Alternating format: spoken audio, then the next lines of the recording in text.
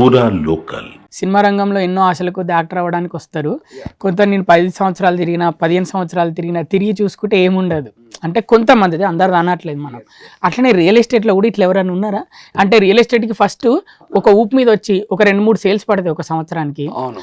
ఇట్లనే పడతాయేమో అని అట్లనే నా 5 సంవత్సరాలు వేస్ట్ చేసి 10 సంవత్సరాలు ఉన్నారండి. ఎందుకుంటే రకరకాల మెంటాలిటీస్ డిఫరెంట్గా ఉంది. That's what I'm telling. Longevity ప్రతి వాళ్ళు ఏంటంటే ఏదో కొందరికి జాక్పాట్ లాగా తగిలిపోతుంది, కొందరు ఎంత హార్డ్ వర్క్ చేసినా కూడా తగలదు, లేట్ అవుతుంది, సేల్స్ అనేది లేట్ అవుతాయి, ఇన్కమ్ సోర్సెస్ లేట్ అవుతాయి.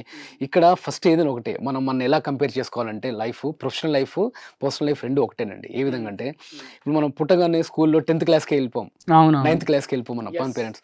LKG, UKG, first class, second class, third class అలా ఇందులో ఇది చాలా important, especially in real estate. ఇప్పుడు ఫిల్మ్ ఇండస్ట్రీలో స్టార్స్ పిల్లలు స్టార్లు అవుతారు, వాళ్ళు కూడా టాలెంట్ ఉండి బట్టి అవుతున్నారు, అంత ఈజీగా వచ్చామంటే అవట్లా. ఎంతోమంది పెద్ద పెద్ద స్టార్స్ వాళ్ళ పిల్లలు కూడా ఈరోజు ఫ్లాప్లో ఉన్నారు, తెలియకుండా గుర్తుపట్టలేని పరిస్థితులు ఉన్నారు. So talent definitely speaks. Real ఎస్టేట్లో కూడా అదే 100%. నువ్వు ఫస్ట్ సబ్జెక్ట్ నేర్చుకోవాలా, నీ ఇర్రెస్పెక్టివ్ ఆఫ్ యువర్ ఎడ్యుకేషన్, ఇందులో ఒక ఇంట్రెస్ట్. కొంతమంది సబ్జెక్ట్ ఉన్న వాళ్ళకి కూడా సేల్స్ కావు కదా, మరి వాళ్ళ పరిస్థితి ఏంటి? అలాగా that's what selection of the property. అంటే ప్రాపర్టీ సెలెక్ట్ చేసుకోవాలి, కరెక్ట్ ఆ కొనుగోలుదారుని కూడా సెలెక్ట్ చేసుకోవాలి. అబ్సల్యూట్లీ. మీకు ఎంత టాలెంట్ ఉన్నా, ఎంత సబ్జెక్ట్ మాట్లాడగలిగినా కూడా మీరు చూస్ చేసుకున్నటువంటి property if it is not up to the mark, లేకపోతే వాళ్ళకి కస్టమర్కి అది నచ్చలేదు, ఎందుకు నచ్చలేదు 1,00,000 రీజన్స్ ఉంటాయి వాళ్ళకి.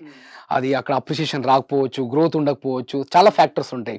అందుకనే ఒక మార్కెటింగ్ పర్సన్ కూడా ఏదైనా ఒక ప్రాపర్టీస్ చూస్ చేసుకుంటే తను మార్కెట్ చేయడానికి, నా కస్టమర్కి నేను సోర్స్ చేస్తున్నప్పుడు first he should think that I'm a buyer.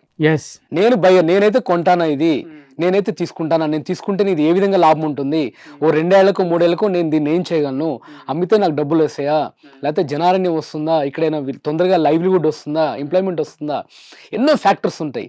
అందుకనే ఏ seller should never be A seller, first ఈ షుడ్ బి ఏ బయర్.